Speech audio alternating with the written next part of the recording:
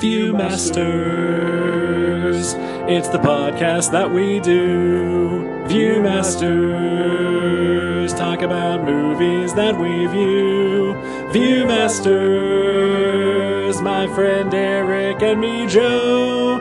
Viewmasters, hey, let's start the show. Hey, welcome to the Viewmasters, episode 313. White Noise is... My name is Eric. Guten Tag, mein Name is Joseph. I forgot that you knew how to speak German. Well, ein bisschen, nicht so viel. That means a little bit, not so much. I gathered from context. Most of speaking a foreign language is inflection and context clues. Yeah. Except that, I would not be able to dredge up any of the Spanish that I learned in order to fake out anyone. How many years of Spanish did you take? Do you really want to know the answer? I'm curious. 4. Oh, I took 4 years of German. Okay. I also lived with a native Spanish speaker for 20 plus years. All right.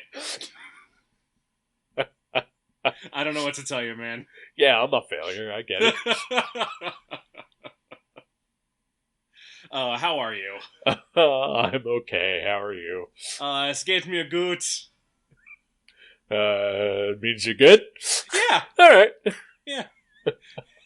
It means literally, it goes good to me. All right. But yeah, I'm doing all right. That's good to hear. Enjoyed a pair of films this evening. Oh, I'm glad you did. Me too. Because I did not. Oh no! I suspected. When I remembered that this was a Noah Baumbach movie, I was like, oh shit, Eric's gonna hate this. I don't think I've ever actually seen any of his films before now. Okay. And if this is indicative of it, then there's possibly a reason I avoided them. I think maybe the only other one I've seen is The Squid and the Whale. Right? That's the only one that I could name. Yeah, that was like his big, or maybe it was even his first one. I think he did stuff with Wes Anderson before striking out on his own. Right. And there's definitely a lot of Wes Anderson in his style. But I feel like it's even like ramped up from a Wes Anderson, not so much like the visual style, but definitely the storytelling and the character style. So I'm looking over his filmography, and yeah, I have not seen a single one of these. He did Marriage Story too, didn't he? Yes, he did. Okay. Also starring Adam Driver. So now I'm looking at his written works.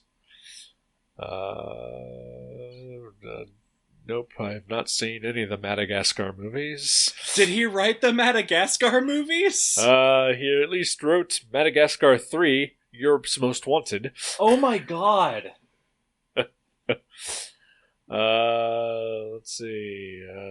Life Aquatic. That's one I recognize as seeing. Okay, yeah. Yeah, that's the only thing of his that I've seen. I feel like, did he also co-write the upcoming Barbie movie, or did he co-direct that or something? I'm gonna have to turn off released. Yes, he is the screenplay credit for Barbie. Excellent. Which, I hate to say it, but I kind of want to see it. I really want to see it. But after today, maybe not now. Cause I don't know, man. That trailer was pretty great. It really was. I can't deny that. But yeah, Greta Gerwig apparently is involved with that as well. So yeah, she directed that one. Yeah, and co-wrote. I want to say that maybe the two of them are a couple, but I may be speaking out of turn. Sure, that happens. Yeah. But I could see that for sure. Also, I don't know her from anything other than this movie. Oh wow, okay. At least, Let's see. Frances Ha, I think, is probably her breakout thing, right. like a Uh, little indie comedy. Another Bob Bach film. Yeah. Let's see what else. What's like her other? Oh, she directed Lady Bird. Yeah, I Like never saw maybe that. wrote and directed that one. That one was really good. I really like that a lot. Uh, I guess she was a voice in Isle of Dogs. I saw that. Okay.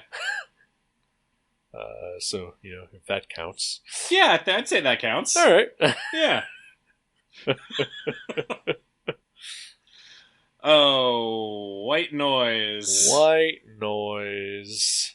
So I had read I'd read the book of the newer White Noise that we watched. Yeah, was there something in it just for Daddy?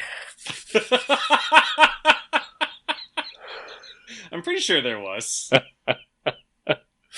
No, I read it in college, and there were specific scenes that I remembered, and lines of dialogue, and I remember really loving it. But there was a lot about it that I did not remember at all. Mhm.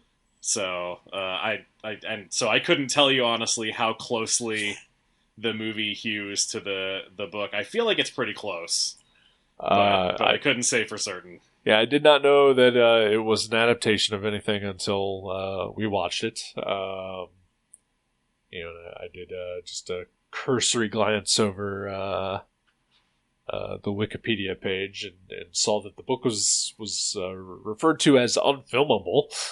Yeah, I remember hearing that. And after watching this, I have to say that possibly they were right. It's Don DeLillo, not Don DeMillo. Right. Sadly. Or Dom DeLuise.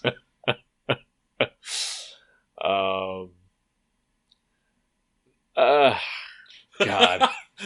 What didn't you like about this? So much. It's very precious and pretentious and just so unnecessary.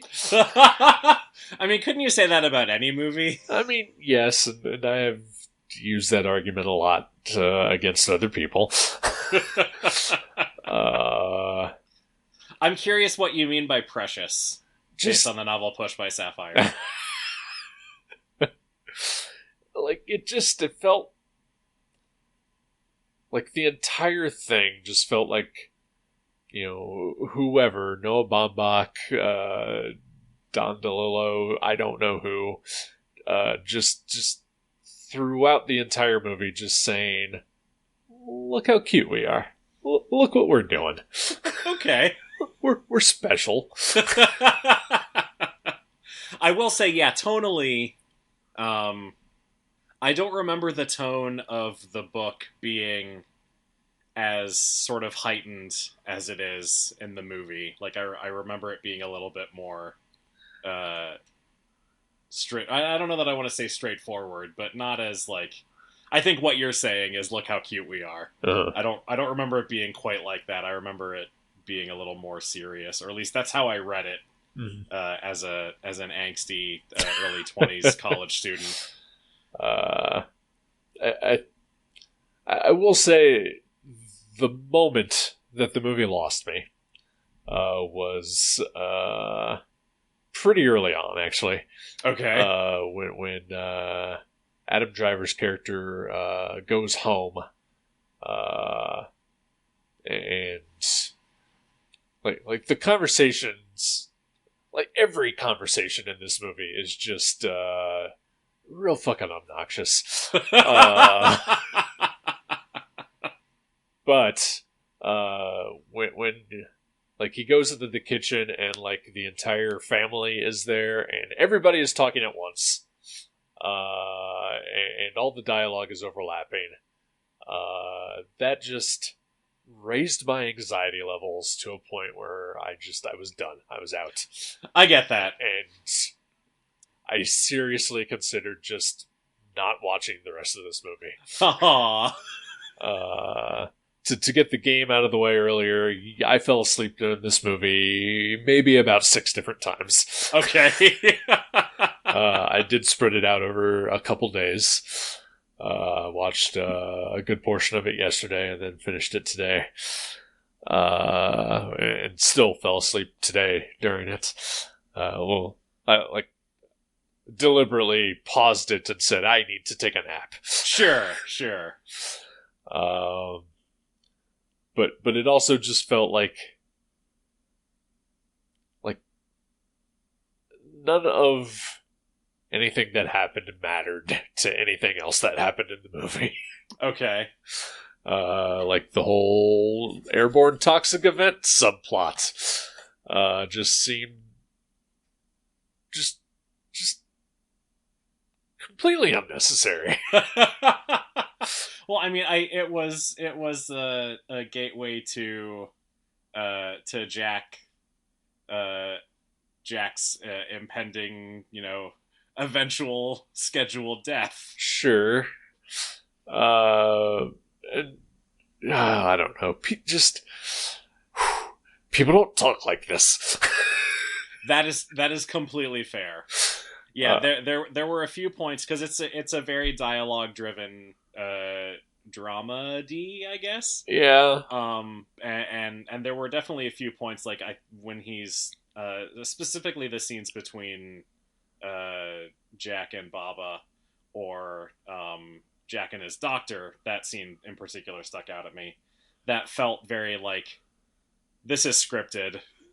Like these are actors reading lines. Like it felt like a play almost, right. and they were hewing very closely to the script and not veering from it. So I totally get. Yeah, people don't talk that way at all. I agree. It also just didn't help me much that Adam Driver's essentially sort of putting on a Woody Allen-ish type of performance. He was very Woody Allen-y, yes. I mean, in terms of character and deliverance, not so much the sexual assault. Sure, yeah. But yeah, no, I definitely noticed that as well. Yeah. And yeah, it was just... Occasionally it felt like it would slip, but for the most part he kept with it, and it just I don't know, just really bothered from. Go ahead. I was bothered that they absolutely tortured Adam Driver's beautiful head of hair in this movie. What did they do to him? Yeah, this is not the best he's ever looked on film. I mean, he looks great as a 40 or 50-year-old father in the 80s, I guess. Sure, but yeah, not as Adam Driver. Yep.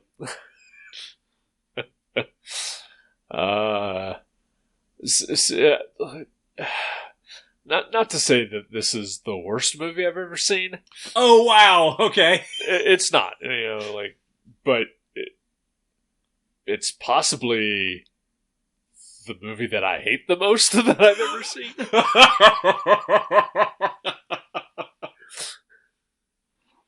All right.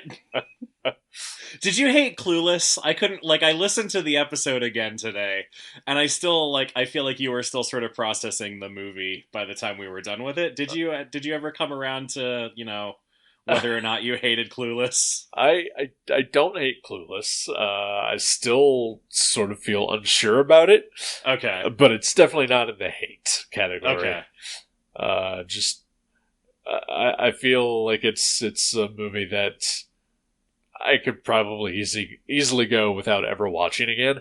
Sure, that's fair. And I guess, just for the cultural touchstone of it, I'm glad that I did watch it. But I will never be able to say the same about White Noise. And spoiler, either of them. Yeah. Agreed on the former, or I guess the latter. I don't know, the 2005 one, which we also watched because we're cool guys. when we know there's a bit, we take it to its logical conclusion. Yep. I almost told you before the episode started, but I decided to save it, that there was a third white noise that I could have watched. Yeah, so It's a documentary about the alt-right and white supremacists. And pro or again? I think just examining. I would assume against. Okay. I hope against. I mean, I would hope so too, but I mean, it's called White Noise. So yeah, right, I assume right. It's... I mean, already it sounds better than either two movies I watched. So yeah, so you sent me the 2005 White Noise. yes, I think maybe as a joke. I'm not sure. kinda, yeah. or just in case. It was, I after you picked this movie for this episode, I think we kind of joked about it at the end of the last episode. And I decided, you know what, I am gonna watch it just because, it is, a movie that, 17 years ago or whatever, I did have an interest in, and I just never got around to watching it. I like Michael Keaton. I used to be real big into, listening to, Coast to Coast AM. Which I don't know if you're familiar with that. I think you've maybe told me about it before, but tell me again. It is an AM radio show that's at least in the late 90s, early 2000s, very specifically dealt with callers and guests who would have experiences with the supernatural or the extraterrestrial. Okay. And a big section of their shows were about EVPs, which is electronic voice capturing, or whatever the P stands for. I don't. Phenomenon. That would probably be the logical choice there.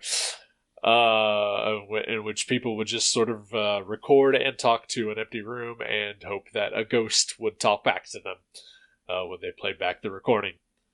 And I was fascinated by that when I was younger, in my early 20s. And so this movie sort of came out right at that time when that felt like that was at the height of that. Okay. Which is weird because it was long before even like the ghost hunter type shows started appearing on TV. But so I just always remembered that movie, and so I downloaded it and thought to myself that whatever happens, I'm gonna watch this movie no matter what. And then I sent it to you just as sort of like if you want to. Yeah. And I remember it came out when I was a senior in college, probably after I had read the book White Noise. Uh-huh. And it mainly registered with me because Michael Keaton's in it. Right. And I was like, how can they call that movie White Noise when there's this book that's also called White Noise? But they don't look like they're associated at all. Like, that doesn't make any sense to me. But yeah, I had never seen it before today. And so yeah, you sent it to me, and then I was like, I could download this and figure out how to watch it on my TV, or I could rent it on Apple TV for $4. So I spent $4 to watch the 2005 White Noise, which Apple TV shows you like Rotten Tomato scores for the movies that they have available. Yeah. The 2005 White Noise has a 7% on Rotten Tomatoes. I was like, I am in for it with this. Yeah, that sounds accurate. I mean, Michael Keaton's good in it, but the rest of the thing is just a piece of garbage. Yeah, it's a real slog. Yeah, it is. It is very, very slow. I think by the time like the first sort of ghost shows up is like an hour into the movie, and it's only like an hour and 40 minutes. Yeah. So yeah, it is just it's not great.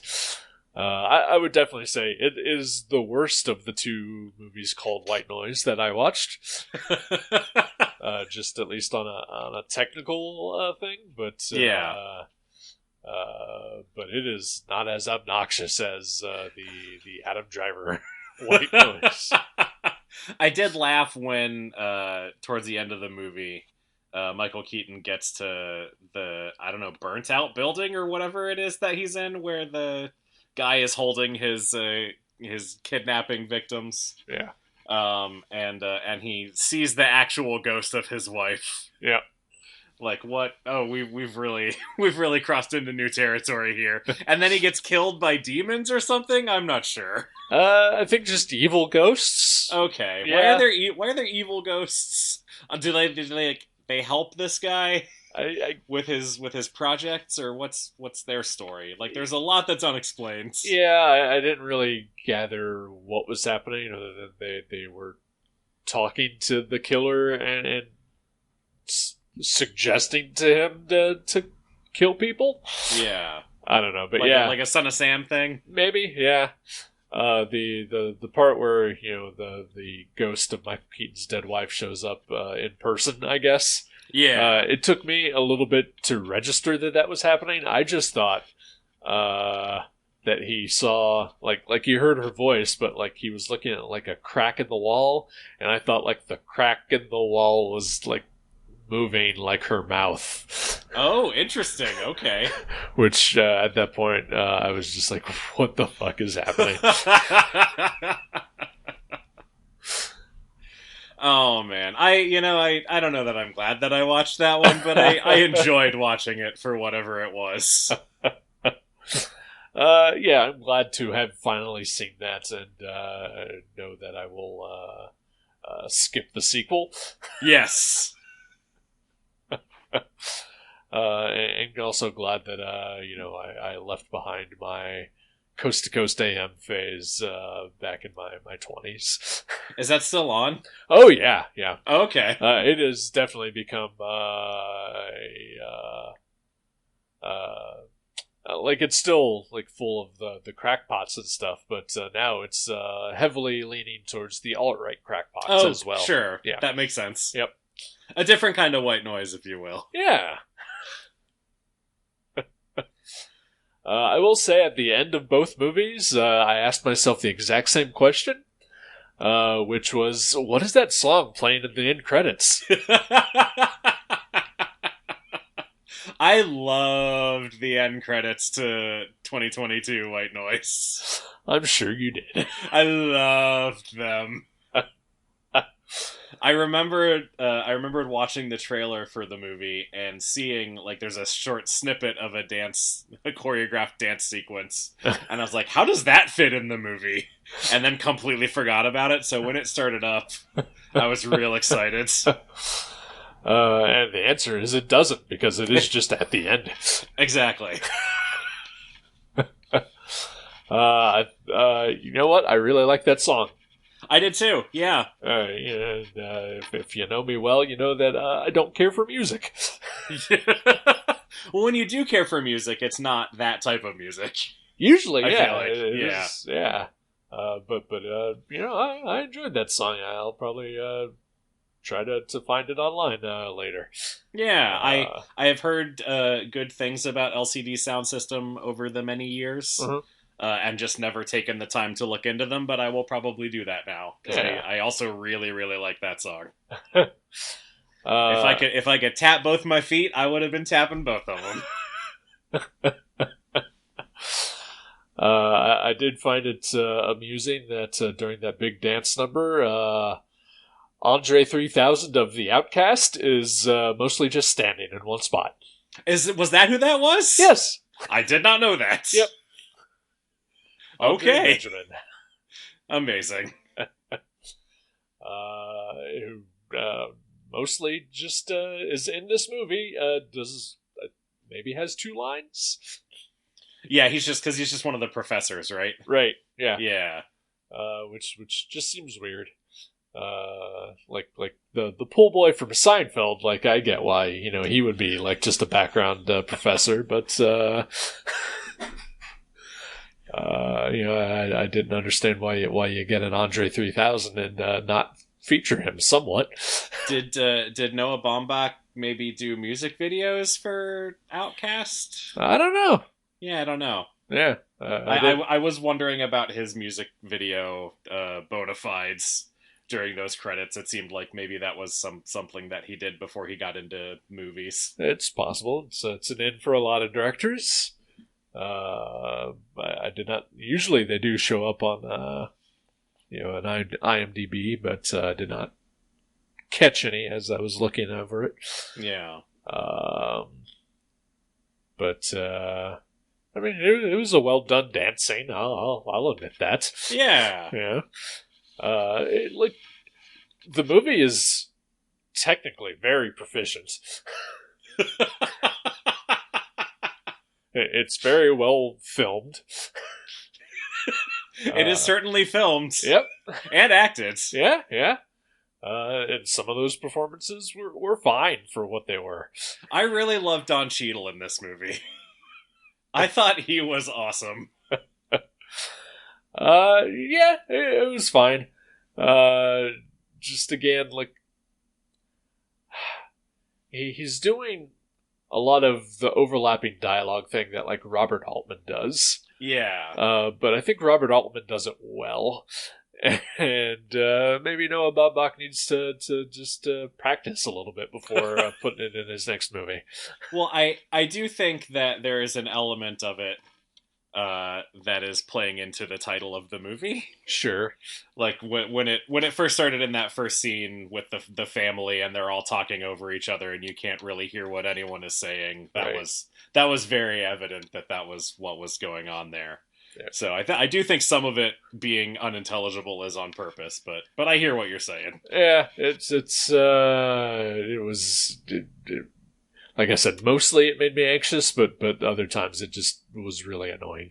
Yeah, it's hard because you try to focus in on a conversation and then you don't get enough of it to know what they're talking about, and then suddenly it's over and you're on to something else. Right. Yeah, it was stressful for me as well. And I watch everything with subtitles, of course.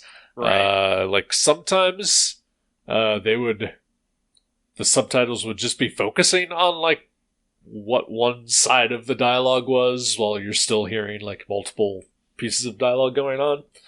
But that also got like I can't read with a lot of noise. Okay. Like a book or a comic or whatever. Like if there's music or just background noise, like I can't focus enough, and that was what was happening with me in the subtitles in this movie. So I don't know, maybe I'm just broken. Aren't we all? Oh, okay, fair. Pretty sure we all are. But no, I'm fairly certain that I just hated this experience. I did have a question I wanted to ask you. Okay. Are you afraid to die? Not really. Yeah, me neither. Yeah. I used to be. Sure. No, it doesn't bother me so much. Yeah. I mean, part of that I think comes with severe depression. Uh-huh. And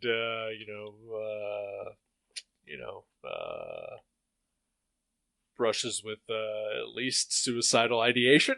Mm-hmm. So yeah, it's just kind of it basically wanes back and forth between just being fine with it and having a death wish. Yeah, that's sort of where I am too. Yeah. Like, can we speed this along a little bit? Sure, yeah. I mean, maybe back in 1985 or whatever this movie takes place in, the world wasn't as much of a shit show, and just people weren't constantly praying for an apocalypse. Yeah. But definitely am now, because nothing's good. There was a lot of around the airborne toxic event. There was a lot of COVID anxiety. I feel like that came up especially like the guy who's like ranting at the campground Right. about no one's telling us anything, and isn't our pain news, or isn't our suffering news, or whatever he says. Yeah. Like that made me laugh and sigh at the same time. Yeah. And I believe one of the daughters wears a mask for quite a while. Yeah. It's pointed out when she finally decides to stop wearing the mask. But yeah, I don't know. I felt like the toxic event felt like it was possibly leading somewhere besides just existential crises. But they were having those before that, so yeah, they really just made those worse. Yeah, like it didn't add anything. I felt like, because like one of the first conversations that Jack and Babette have are about what they would do if the other one would die, and then both of them expressing their fear of dying already, like before they actually have a threat of dying. And then I guess it sort of ties into the drug addiction storyline. Yeah, I mean the whole thing is about death and anxiety around death. Right.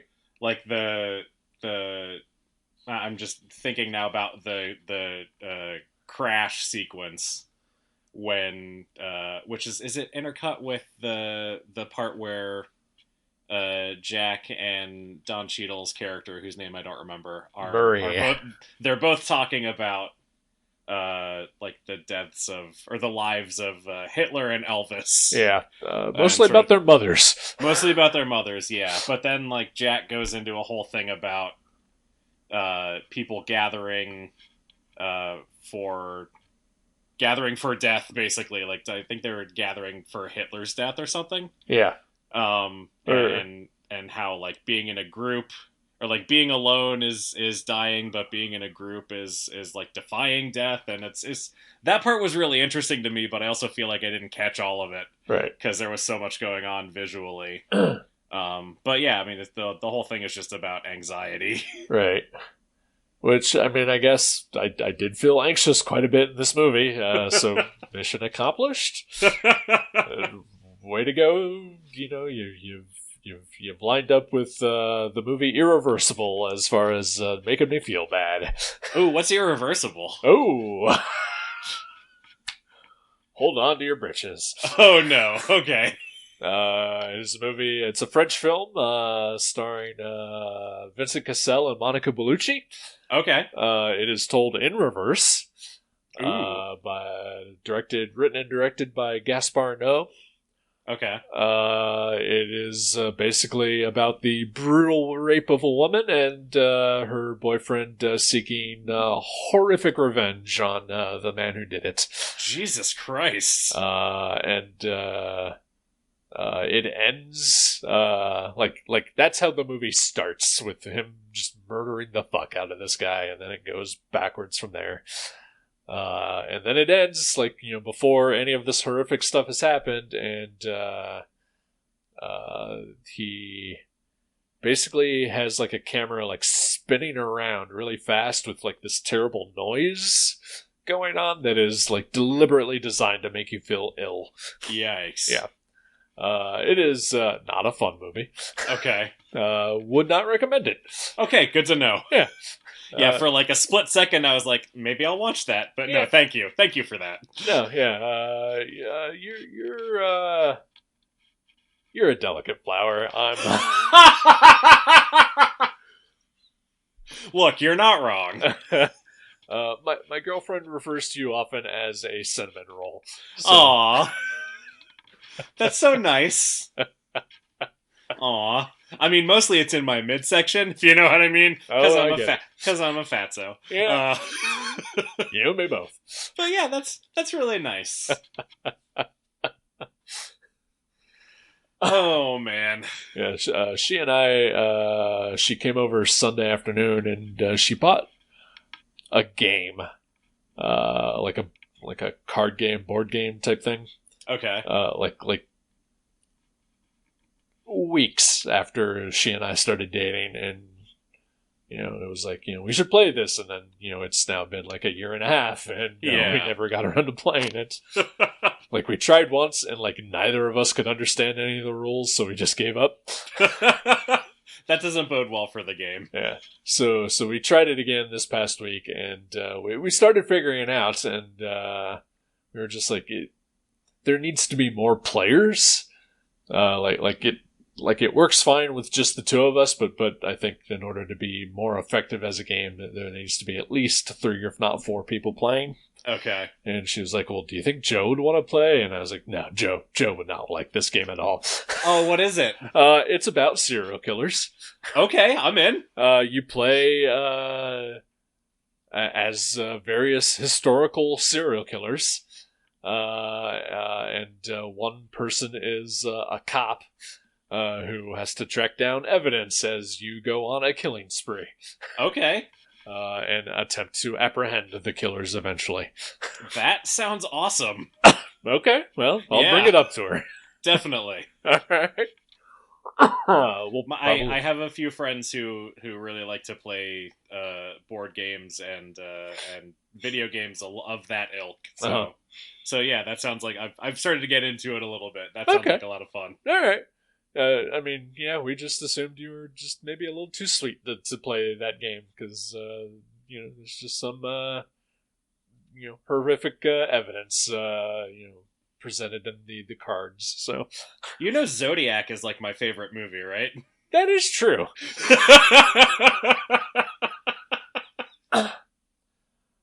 Another movie I dislike, but I can see why somebody would like it. Right. It's also kind of a cozy movie. It is so cozy. I could just have it on all the time. It's just sad Jake Gyllenhaal drawing his pictures and going to the library. Yeah. I love it. Like there's a lot of rain and fog. It's San Francisco. I get it. Yeah. All right, I'll mention it to her. Excellent, thank you. Include me in things, please. Oh, we'll try. Within reason. Yeah. I mean, I guess we'd probably have to go to your house for a while. I mean, what are the odds that you're going to play that again in the next 6 weeks? Also true. It took you how long to play it to begin with? Fair. Very fair. So White Noise, I did not care for this, but you did. I did. I feel like I want to watch it again. I wish I'd been able to watch it twice, because I know there are things that I missed the first time around. And yeah, I enjoyed the vibe. I enjoyed the performances. I enjoyed the story. I mean, maybe part of it is that I, have a little bit of nostalgia for it from my my sad college days. Sure. But otherwise, yeah. I mean, I'm in for whatever Adam Driver does. So I'm glad I watched this. I'm still on board with the whole Adam Driver thing. So although I could probably give Marriage Story a skip. Yeah, probably if you didn't like this. Yeah. But also, I can't relate to that, so I've never been married to a Scarlett Johansson, so yeah, who among us has? Only 3 or 4 people, maybe. That is true. Oh, so this movie you did not like. Is anything making you happy this week? Not watching this movie. Ha! Zing! Gosh. Yeah, nothing's really popping out at me. I got my Art Adams prints today. Oh, nice. That was nice. Also got a new power cord for my light box. So hey, I was pretty thrilled that worked and turned out okay. Yeah, that's pretty much it. That's valid. Sometimes little stuff, just utilitarian things are all that we really need to keep us going. So that's good. Yeah. What about you, sir? Let's see. Well, I got some toys in the mail that I'm pretty excited about. Oh, what'd you get? A company called Boss Fight Studios did a four-figure series called Power Stars, Okay. and they are in the Superpowers style. So they're 5-inch figures, and there's the Phantom, and Flash Gordon, and Ming the Merciless, and another Flash Gordon character whose name I don't remember. Is it Lothar? He's like a lion guy. Huh. Okay. Yeah, I Oh, don't know. okay. Yeah. He looks super cool. I just Yeah. don't know anything about him. But yeah, so I got those in I had pre-ordered those probably 5 months ago or so, and they finally came in. And those are super cool. Nice. I haven't taken them out of the packages yet because I want to be able to like futz with them and then set them up in their display case where Sure. they will live. And I don't feel comfortable doing that on one good leg right now. No, I get that. I've picked up a few toys since my disfiguring accidents, and they are still in their packages because I can't stand in front of a bookshelf and put it back together. Yeah. Yeah. So that's sort of a like I'm happy that they're here, but I will be happier once I am able to actually take them out of the packages and do stuff with them. Sure. Probably the real thing, or the thing that is actually fully making me happy, is and I've been tweeting about this. I've been watching a show called Fleischman is in Trouble Okay. on Hulu, and it's fantastic. It's an 8-episode series. It stars Jesse Eisenberg and Claire Danes and Lizzie Kaplan and Adam Brody. Yeah, Seth from the OC. Sure. And it's about I think you mean Freddie Marvel Jr. or whatever. right. I'm sorry. Yes, Freddie Shazam. Yeah. Yep. But yeah, it's about Jesse Eisenberg is a relatively recently divorced father of two, and it's sort of about him figuring out how to start his life over. So relatable content. Sure. And the inciting incident of it is basically that his ex-wife Claire Danes drops the kids off with him unexpectedly and then disappears. Huh. And doesn't come back. So it's about sort of him navigating all of that. Plus, it's all like jumping around in time, showing their relationship and Lizzie Kaplan's past and all that. And it's really good. It's really worth watching. I mean, it sounds dramatic, but the title makes it seem like a comedy. So it's really funny. Okay, Yeah, all right. Yeah. It is dramatic, but it's also really really funny. Okay, interesting. You mentioned toys. Sorry, to go back on that, but That's fine. I picked up a couple of figures at Target that were on clearance last over the weekend. Ooh. Some Marvel Legends. I went there looking for. I guess they've been releasing figures based on like the Disney Plus series is right. And I like Moon Knight, and I would like Moon Knight figures, but they don't exist. Because apparently everybody else likes Moon Knight too. Yeah, that's a problem. Yeah. But I found Speedball from the New Warriors. Oh my god. And comic accurate U.S. agent, who I've always been fond of. So I picked both of those up. And then I also found some joy in explaining Speedball to my girlfriend. Did you go into his penance years? Yes, I did. Excellent. And took a screen capture of the Wikipedia where it describes how he also put his cat in a similar penance type outfit. Oh my god. That I did not know. Yep. That's insane. Because this cat also has the same powers. Was his cat also at the scene of that massacre? I'm not quite sure. Oh, Jesus Christ, comics. What are you doing? I've always really liked the U.S. agent look as well. One of the first comics I got when I was a kid was an issue of Iron Man that had Captain America in that suit as the captain. Oh, nice. So I think Iron Man is in his Silver Centurion armor. So I've always really liked both of those looks. Yeah. One of the first issues of Captain America that I ever owned, that I got as like a gift set, like JCPenney's would sell like throughout their catalog or whatever. Yeah. And they were all like 20 Marvel books, like all from like the same month or whatever. And the issue of Captain America featured Johnny Walker as Captain America, basically going bug fuck and just beating the shit out of a bunch of mutants, like during a riot or something like that. Oh, jeez. And I was just like, well, that's not Steve Rogers. Like, I at least know who Captain America is.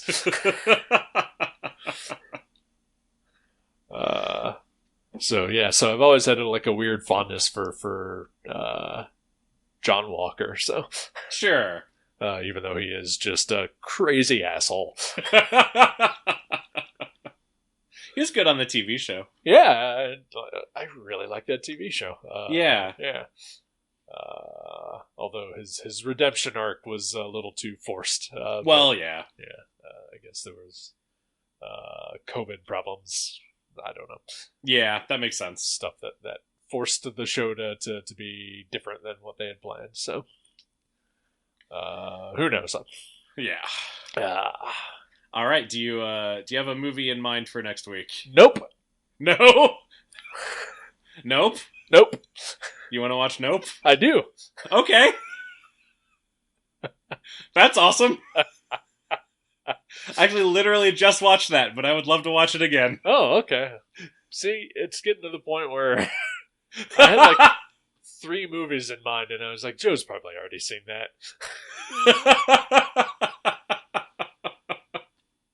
Yeah, literally 3 days ago. All right. So it's still really fresh in my mind. I'll still watch it again, obviously, but I would love to talk about it. Okay, all right. I have many thoughts about it. Okay, great. I have. It's weird. Like, I didn't necessarily want to see this movie, because like that's how much I disliked Us. Okay. As compared to how much I liked Get Out. And so I just thought, well, I'll give this a skip. But yeah, while I was just trying to figure out what to watch to pick for the next step, I landed on it, and I was just like, yeah, okay, like this will be a good excuse to watch it. So nice. But I mean, if you want to change, I could think of something else real quick. No, let's do it. All right, we're gonna watch Jordan Peele's Nope. Excellent. Nope. Which is exclusively streaming on Peacock. Right. Which I just signed up for Peacock like 2 weeks ago. That was part of why I just watched it. Oh, okay. Alrighty then. Well, then we'll do that next week. Sounds good. Talk to you then. Goodbye. Nope.